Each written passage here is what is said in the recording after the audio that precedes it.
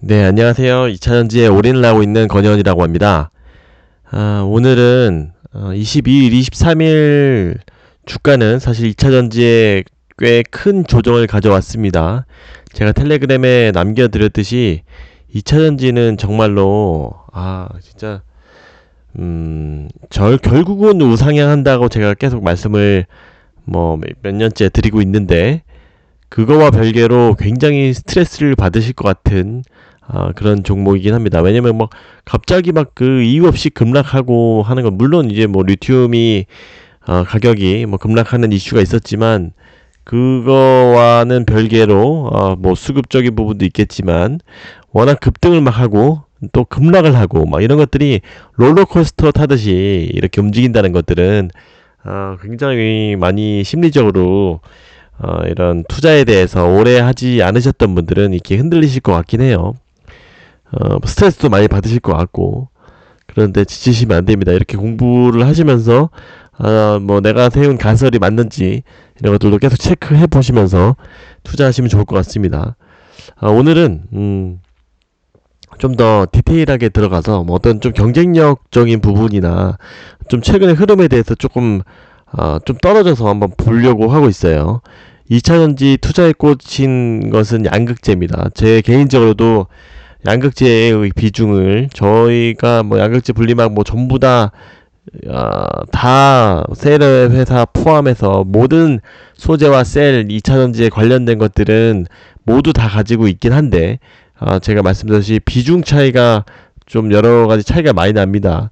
그 중에서도 제일 많이 갖고 있는 비중이 높은, 뭐 제 포트폴리오를 공개하는 건 아니지만, 음, 양극재가 제일 당연히 높습니다. 지금 뭐 수없이 많이 말씀드렸고, 그 중에서도 많이 가지고 있는 것들이 어떻게 보면 에코프로비엠하고 LNF예요.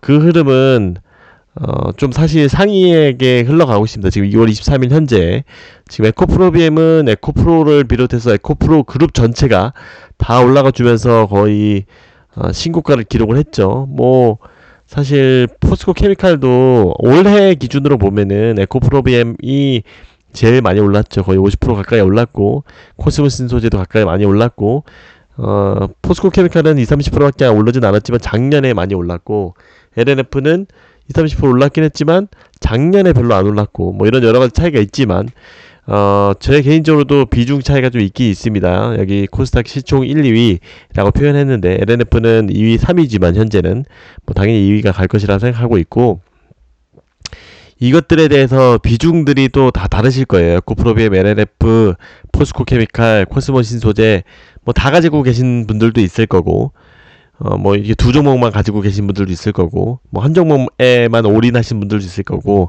여러 차이가 있을 텐데, 그분들이 좀 다 해야 되는 전략들이 좀 다 다르다고 생각해요. 저는 사실 이 두 개를 많이 갖고 있는 것은 별개로 항상 어느 정도의 비중 조절을 계속 하곤 합니다. 저 개인적으로는 뭐 이런 것들에 대해서 뭐 제가 리딩하는 방은 아니기 때문에 뭐 이렇게 디테일하게 이야기는 하진 않겠지만, 이런 것들이 비중 조절을 항상 해왔어요. 그래서 얘네들의 그 비중의 조절의 근기가 되는 것들은 사실 이 격차였어요. 제가 몇 년간 제일 많이 썼던 부분입니다. 어떻게 보면은 얘네 둘은 같이 올라가고 같이 내려가고 하는 것들이 있었어요. 일정한 갭들을 두고, 뭐 이것들을 뿐만이 아니라 사실 에코프로와 에코프로 BM, 또 LNF하고 뭐죠?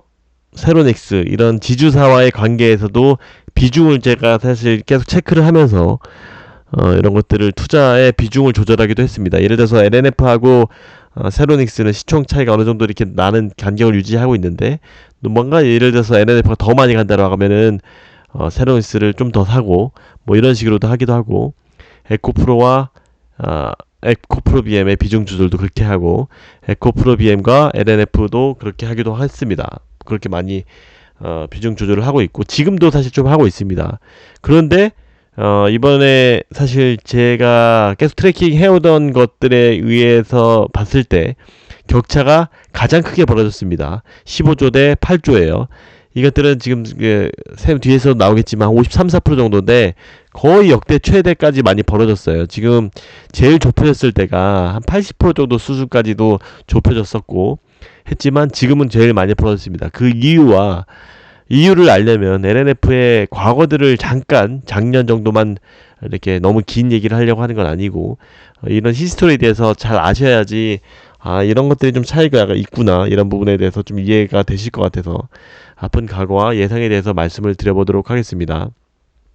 오늘은 제가 보통 좀 즉석에서 많이 말씀을 드리고 노편집으로 많이 말씀드리는데 이 부분은 조금 더 중요한 것 같아서 제가 좀 간략하게 그냥 뚝딱뚝딱뚝딱 정리를 해봤습니다. 여기는 뭐 시총 얘기가 다시 한번 말씀을 드리면 53%까지 벌러졌습니다. 8조, 그러니까 거의 비슷한 수준입니다. 이제 에코프로비엠은 신고가를 썼기 때문에 이렇게 더 많이 올라갔고요. 원래 한 12조 정도 됐었는데 저는 사실 이런 것들에 대해서 너무 오래 몇 년간 이렇게 투자를 하다 보니까 이런 것들이 다 머릿속에 있고 이 히스토리들이 전제하에 있고 하지만 이런 것들이 없으신 분들을 위해서 좀 더 자세하게 설명드리는 것들은 좀 이해해 주시면 좋을 것 같아요. 다시 한번 기존에 대해서 조금 아시는 분들은 좀 복기해 보면서 내가 이런 부분을 놓쳤구나 이런 인사이트를 좀 주어지는 제가 설명이 되었으면 좋겠습니다. 이거는 제가 가끔씩 이렇게 많이 구두로도 수없이 말씀을 많이 드리는 거지만 좀 표로 그냥 간략하게 정리를 제가 나름대로 해봤어요. 여러 가지들을 봤을 때 이것들이 왜 이렇게 크게 차이가 났느냐를 보기 위해서는 근본적으로 이런 것들에 대해서 살펴볼 필요가 있어요. 이런 지금 양극재 4인방 물론 여기에 지금 제가 하나 더 추가해야 되죠. 그 LG화학이 더 추가돼야 됩니다. 이게 기술력의 관점, 자본적인 관점, 원자재의 수직 계열화 측면, 순수 EV 양극재 비중 이런 거는 뭐 예를 들어서 뭐 필름이라든가 지금 또 뭐 음극재도 하는 포스코 케미칼이라든지 아니면 전동 공구가 있는 에코프로비엠이라든지 이런 것들이 되게 다 뜯어 보면은 이런 것들이 순수 배터리 회사, 셀 회사인지 뭐 이런 것들에 대해서도 차별화 포인트. 왜냐면 PER을 다르게 성장성이 다르기 때문에 이 PER을 다르게 줄 수밖에 없거든요. 이거는 아실 거예요. 예를 들어 SK온은 일부 화학 비중도 많이 갖고 있기 때문에 고퍼를 받을 수 없는 거겠죠. 그래서 실제로 애널리스트들이 기업 시총을 예상을 할 때 이런 섹터의 비중에 따라서 PER을 적용을 합니다. 뭐 이 부분은 그렇고 거래처는 어디가 있는지 최종 OEM은 어디가 있는지 이런 것들도 이게 굉장히 크게 갈립니다. 기존에는 이 기술력이 가장 중요했어요. 지금 제가 몇 년 동안 봐왔지만 기술력이 가장 중요했습니다. 작년 정도까지는. 기술력은 제가 봤을 때는 에코프로미엠하고 제 개인적인 의견입니다. 여러분 뭐 이런 것들에 대해서 내가 투자하고 있는 것에 왜 이렇게 나쁘게 보냐 이런 얘기는 안 하셨으면 좋겠어요. 저는 다 가지고 있습니다. 비중 차이가 있을 뿐. 제가 비중이 얼마나 차이 나는지는 잘 모르시는 거니까. 저는 다 사랑합니다. 양극재는 무조건 가져가야 되는 섹터의 주계에서도 소재라고 생각하고요.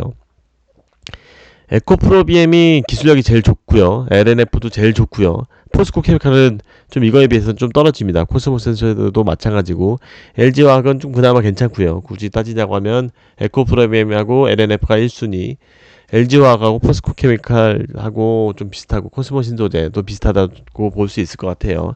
이제 많이 줄었기 때문에. 그 차이는 하이니켈 차이예요. 하이니켈 90% 이상 한다는 것은 에코프로비엠하고 LNF밖에 없어요. 하이니켈의 기준은 80% 이상이긴 하지만 90% 울트라 하이니켈은 LNF하고 에코프로비엠밖에 못합니다. 거기에서 더 나아가서 에코프로비엠은 좀 더 포트폴리오가 넓다는 관점으로 보면 좋을 것 같고 기술력이 똑같다는 전제하에 LNF는 한 놈만 팬다 이런 스타일로 완전히 초 스페셜티 소재에서도 가장 강력한 NCMA의 94%, 97%까지 이제 실제로 상용화되어 있는 것은 미래에는 제 개인적으로는 94% 양극재가 제일 범용으로 이제 더 많이 주도적인 기술로 많이 쓰일 거예요. 물론 기술적으로는 97%까지가 한계인 것으로 업계에서는 보고 있고 LNF는 97%까지는 일단은 기술 개발을 할 수 있고 했고 지금 양산까지도 지금 올해 말에 된다라고 하는 거죠. 그래서 94%가 제일 많이 쓰일 거고 어쨌든 하이니켈 쪽에서는 LNF 물론 여기에서 말씀드린 것처럼 이것들이 뭐가 중요하냐라고 볼 수도 있어요. 그래서 일부 일렉트로인가요?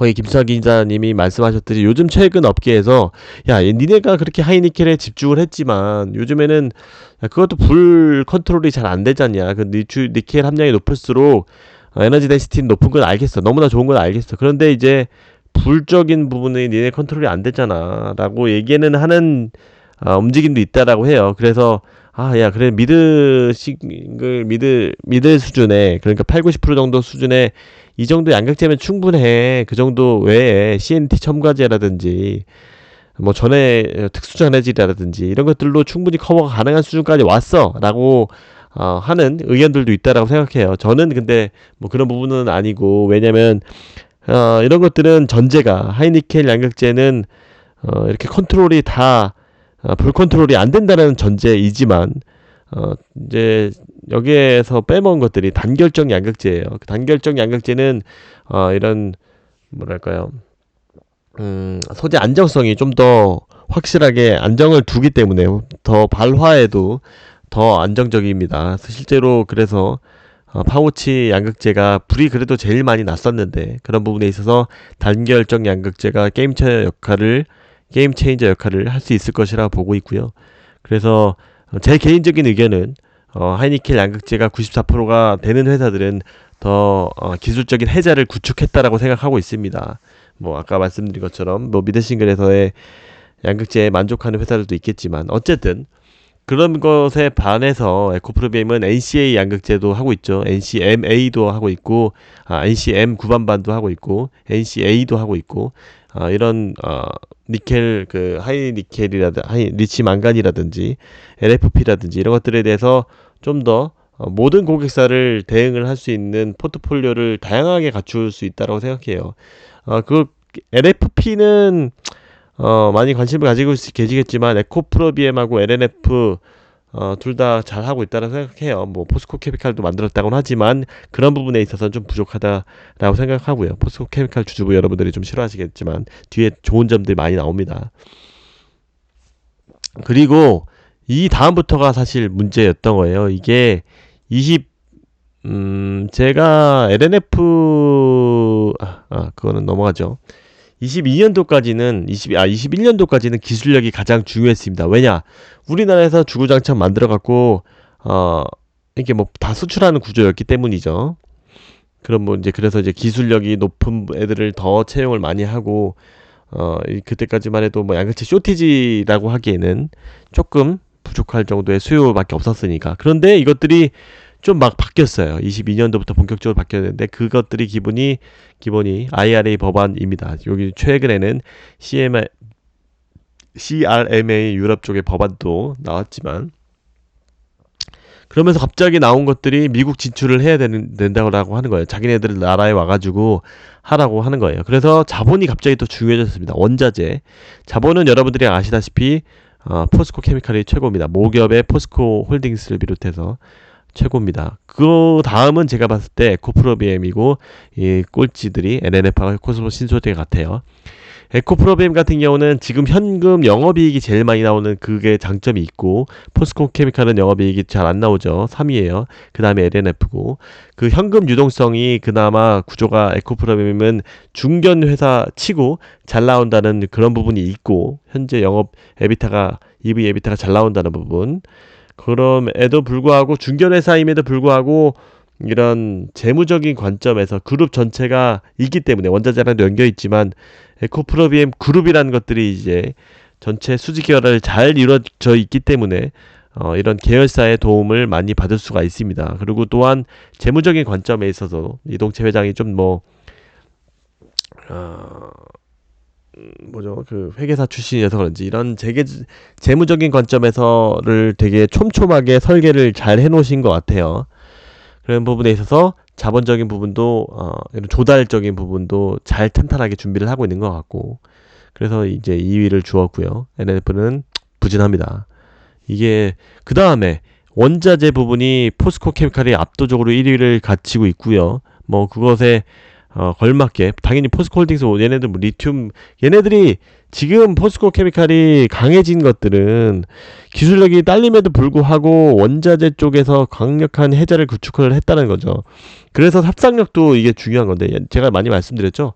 야, 니네 어차피 지금 뭐 하이니켈 양극재까지 필요 없잖아. 그냥 우리 80% 정도 써. 80% 니켈 양극재 써. 다만 니네 우리 니켈까지 공급해줄게. 니네 니켈 어디서 리튬 니켈 리튬 이런 거 공급받을 데 없잖아. 니네 가뜩이나 지금 다 리튬 뭐 60%밖에 지금 구축을 못 해놨는데 우리 거 같이 써. 그러면 대신 양극재 이 정도면 우리 거 충분해. 이런 식으로 협상을 한다는 거죠. 실제 얘기입니다. 그래서 이런 것들에 갑자기 포스코 케미칼이 막 그 경쟁력을 갖추기 시작했습니다.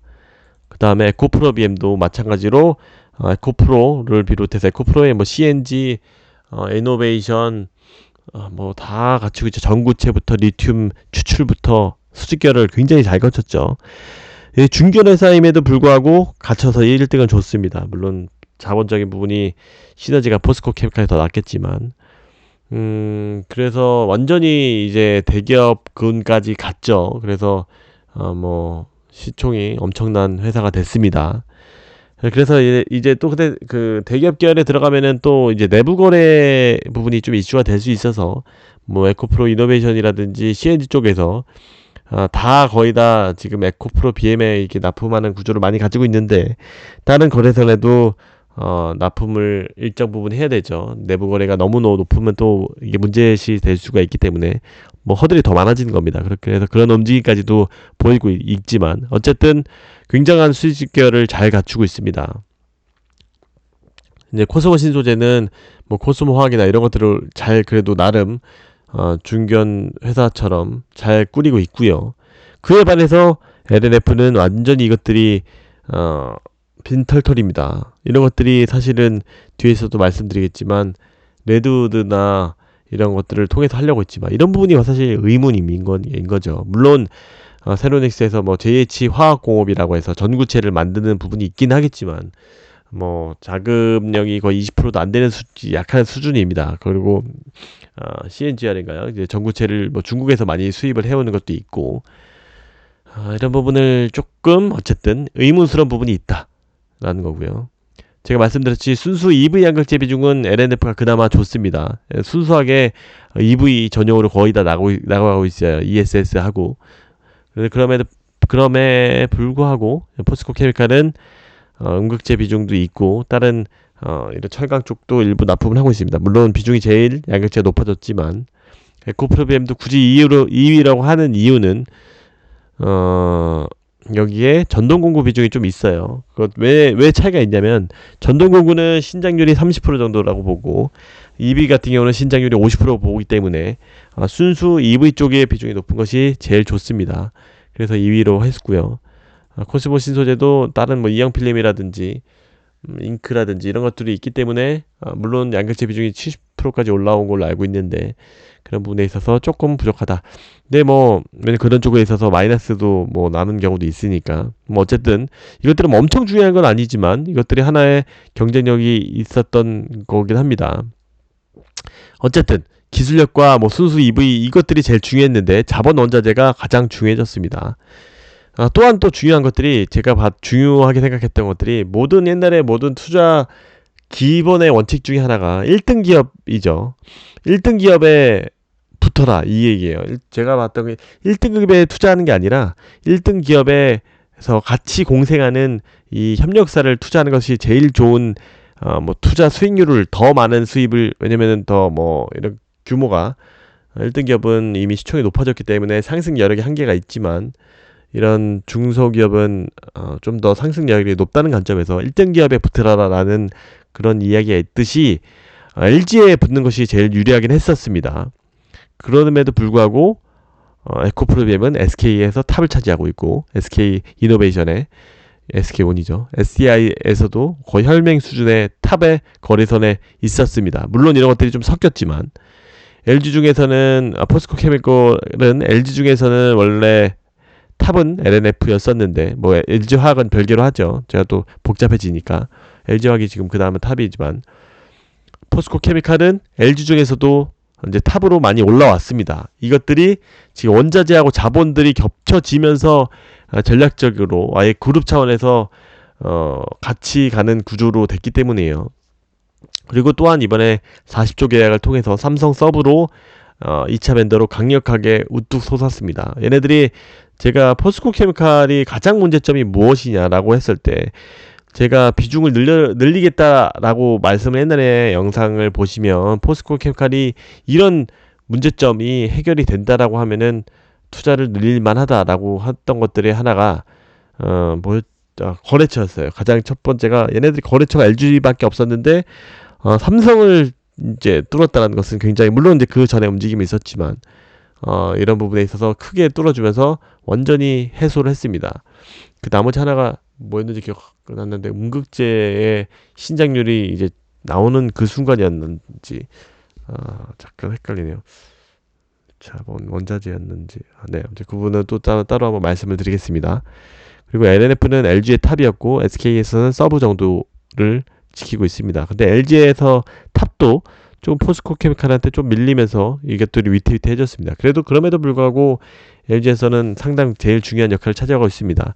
LNF는 LG 50%, SK 30%, OEM에서 20%, 바뀌었는 30%인가 어쨌든 30%를 가져간다고 25년 기준으로 그렇게 공표를 했고요. 코스모신 소재는 이것들이 굉장히 신기한 포지션이에요. 하이에나처럼 나머지 기업들이 남은 것들 3벤더로 세 번째 벤더로 다 가져가는 이런 구조를 굉장히 가져가고 있습니다. 이런 부분에 있어서 또 시총은 그만큼 작죠. 이런 게 나쁜 건 아니에요. 시총은 그만큼 작지만 이런 것들을 다 같이 가져가는 형태를 가져가고 있습니다. 여기 또 최종 OEM은 또 중요한 게 왜냐면 사실 제가 테슬라를 굉장히 좋아하는 건 아실 거고 에코프로비엠은 포드 BMW를 가져가고 있고요. 어떻게 보면 거래처를 가져가고 있기 때문에 이게 논 테슬라 준영에서는 LG가 탑을 스텔란티스나 나머지를 다 가져가고 있습니다. BMW도 좀 가져갈 수도 있고요. 어쨌든 스텔란티스를 굉장히 가져가고 있고 이쪽에 GM에서 거의 메인 밴더를 가져가고 있고 LNF는 거의 테슬라에 올인을 하고 있는 상황이고 그것들이 좀 더 지금 약점을 잡혀 있는 부분도 있고요. 컨슈머신 소재는 여기에 다 가져가 있고요. 다 서브 밴더로 가져가고 있는 그런 특징이 있고요. 좀 말씀이 좀 길어졌는데 일단은 제가 좀 소재 비교 형식으로 좀 써야겠네요. 이게 너무 주제랑 안 맞는 것 같아서 아무튼 여기까지만 하고 그 다음 페이지로 좀 넘어가려고 하고 있습니다. IRA나 그래서 결론은 지금 제가 시계적으로 좀 말씀을 드렸지만 IRA나 CRMA가 최근 퍼지면서 1년에 이게 화두였죠. 법안에서 광물이 굉장히 중요해진 거 다 아실 거고 수직계열화가 LNF가 좀 굉장히 부족합니다. 여기서 지금 거의 꼴찌를 기록하고 있기 때문에 그래서 리튬 이거 궁금한 거죠. 리튬 니켈 니 어디서 갖고 오는 거야? 그 다음에 전구체는 어떻게 할 거야? 리사이클링 어떻게 할 거야? 이것들이 해결된 것들이 왜 하나도 없어? 라는 거예요. 그래서 지금 얘네들은 다 에코프로하고 포스코 케미칼은 해결이 되어 있죠. 굉장히 잘 되어 있고 심지어 코스모신 소재도 잘 되어 있습니다. 거기다가 또 자본이 또 중요해지는 시대였어요. 미국에 진출을 해야 되니까 해외 진출을 지금 수요가 너무나 늘어났으니까 포스코 케미칼도 최고고 에코도 말씀드린 것처럼 최고고 이런 것들 때문에 이런 것들에 대한 불확실성 때문에 LNF가 시총이 이렇게 부진한 원인을 보이고 있다라고 볼 수가 있습니다. 그 뒤로는 이런 것들이 조금 히스토리와 반전 카드에 대해서 좀 한번 말씀을 드려보도록 하겠습니다. 제가 좀 너무 길어졌는데 이 부분은 좀 잘라서 얘기를 하는 거 좋을 것 같아요. 제가 2편에서 LNF의 히스토리와 이거 다 아셔야 돼요. 히스토리와 향후 방안에 대해서 좀 더 자세하게 설명드려보도록 하겠습니다. 감사합니다. 뿅.